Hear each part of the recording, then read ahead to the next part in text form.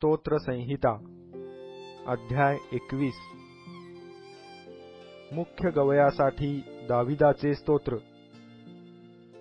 हे परमेश्वरा, तुझ्या सामर्थ्यामुळे राजा हर्ष करीतो।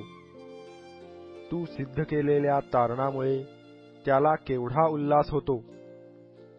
त्याचा मनोरथ तू पूर्ण केला आहे। त्याच्या तोंडचे मागणे तू अमान्य केले नाही। कल्याणदायी वरदाने घेऊन तू त्याला सामोरा येतोस। तू त्याच्या मस्तकी शुद्ध सुवर्णाचा मुकुट घालितोस।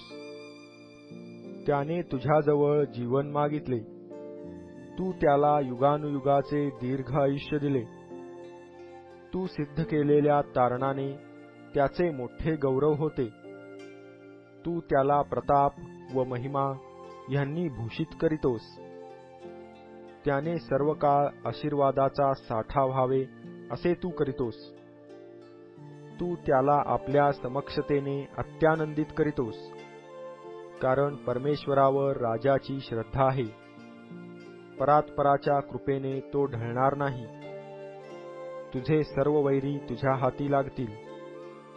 तुझे सर्व द्वेष्टे तुझ्या उजव्या हातात पडतील।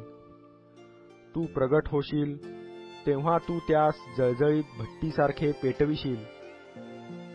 परमेश्वर आपल्या क्रोधाने त्यास ग्राशील। अग्नी त्यांचा संहार करील।